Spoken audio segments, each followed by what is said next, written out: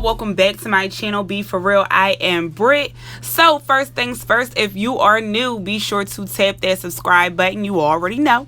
Go ahead and turn them notifications on so you could be part of the fam. You don't miss a beat. I'm here for y'all.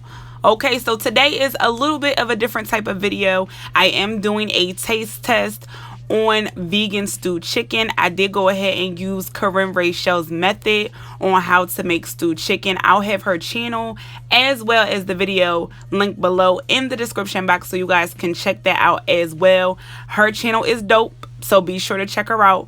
And I am going to go ahead and hop right into the video. So we are going to start off by making our seitan first. We are starting off with mushrooms. Now I use King Oyster Mushrooms. She used tree mushrooms. I don't know if it's different, but they look alike, so we just gonna go with it. Now if you wanted specifically tree mushrooms, she leaves a link below that I noticed too little too late, but I think they're the same, so correct me if I'm wrong. And excuse my voice because it was a situation over the weekend and I'm recuperating. You know, I'm getting there, so excuse me if I'm a little raspy, but we're gonna get through the video. Okay, so here we are just preparing our mushrooms for the oven.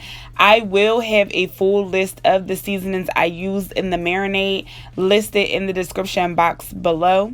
But I'm just going to go ahead and cover the mushrooms front and back. And we are going to go ahead and place these in the oven at 300 degrees for 45 minutes. So once your mushrooms are done, just as Korenn did in her video, I'm going to take my fork and I'm going to shred these up lengthwise. Basically, you're just going to drag the fork through, rake it up. Rake it up, rake it up. So in the end, I did go ahead and end up taking some kitchen shears and just chopping this down because the pieces were pretty long. I'm not sure if it makes a difference. I guess you can or cannot do this, but I did go ahead and add that little extra step. So in the end, this is what my mushrooms look like, nice and shredded. I ain't even gonna lie, y'all. I was a little nervous because I'm like, dang, are they going to shred like how hers shred? They don't look like hers. So yeah, I ain't gonna lie, I was a little nervous, but it all worked out. I definitely patted myself on the back. So we are moving on to making our seitan. This is just business as usual. I'm taking 3/4 cup of veggie broth. I'm adding 2 tablespoons of tahini. I'm gonna go ahead and stir that up, set it to the side. With our dry ingredients, I'm adding 1 cup of vital wheat gluten, and then I typically just make it the same way each time I make seitan. I'm adding a little bit of salt, some smoked paprika, some onion powder, some garlic powder, and a little bit of pepper. So that is all I typically add to my seitan. With this, I did add a little something on the end, and I put in 2 teaspoons of coconut sugar. I just wanted to try it, to be honest. I just wanted to try it out and see how it tasted. I'll let y'all know. Keep watching. I'll let y'all know how that went. So at this point, I'm going to go ahead and pop in the shredded mushroom. Then I'm going to stir in that veggie broth mix. We're going to stir that up, make sure everything is well combined. This is business as usual. So I'm just going to make sure that it turns into that dough-like texture that we are familiar with. And boom, we are rolling. So the next step on her video was to mold this down into a log shape, so that way you're able to cut this into 6 even or relatively even size pieces. So I'm just going ahead and molding this down, and then I'm just going to go ahead and slice this up into 6 pieces. So next is to wrap the seitan up into rice paper wrappers, which will act as the skin of the seitan. These are the ones I use. They only contain flour and rice. Boom. And I'm just going to go ahead and take a bowl of warm water. I'm going to dip the rice paper into the water. You're going to dip it until it starts to soften and become translucent. So you don't want to overly saturate it because these are designed to stick to themselves. So you just want to get it damp where it starts to become translucent. I wet my fingers a little bit and I spread it over the rice paper just so that it can go ahead and become a little bit more soft. And then I rolled it up just as Korenn did in her video. And then I went ahead and cut off the sides, folded the ends under, and boom, we have ourselves a little chicken cutlet, y'all. So I was proud because I didn't know how I was going to do, because rice paper could get tricky sometimes. I'm not even going to lie to y'all.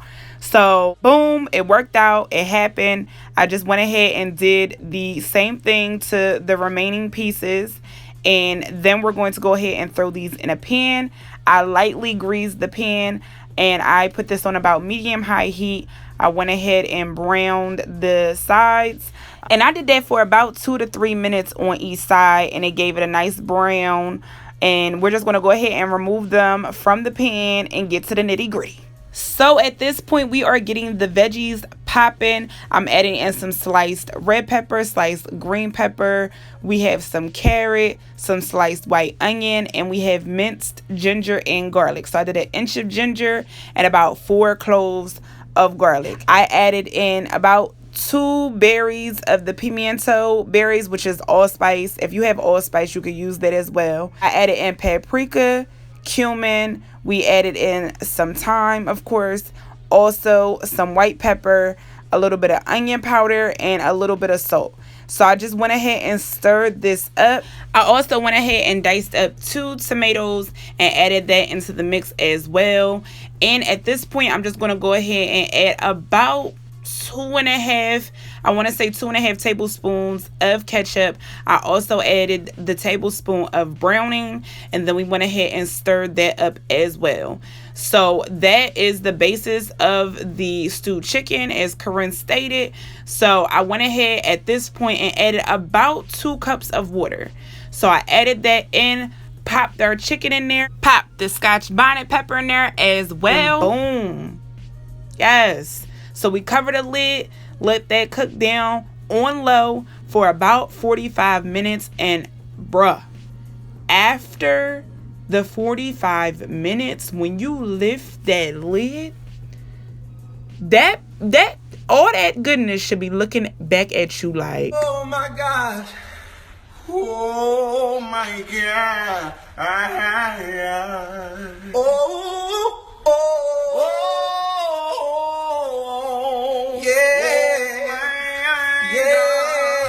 okay, just a little something like that. I mean, I don't know, but I'm just saying. So I did go ahead and plate this with some wild rice that I got from Whole Foods. And if you have eaten Caribbean food before, you know that you got to put the gravy on the rice first and then put the meat on. Okay, so that's what I'm doing here. We putting the gravy on first. Then we're going to put the meat. I put some plantains that I had cooked up in coconut oil on the side as well. And when I tell y'all, when I went to cut into this, it was pure heaven on a plate. Okay, so Korenn, thank you so much for this recipe and this method on how to make vegan stewed chicken. And I thoroughly enjoyed it. Okay, thoroughly. So I will have her information linked in the description box below. Thank you guys as always for watching. I truly appreciate it.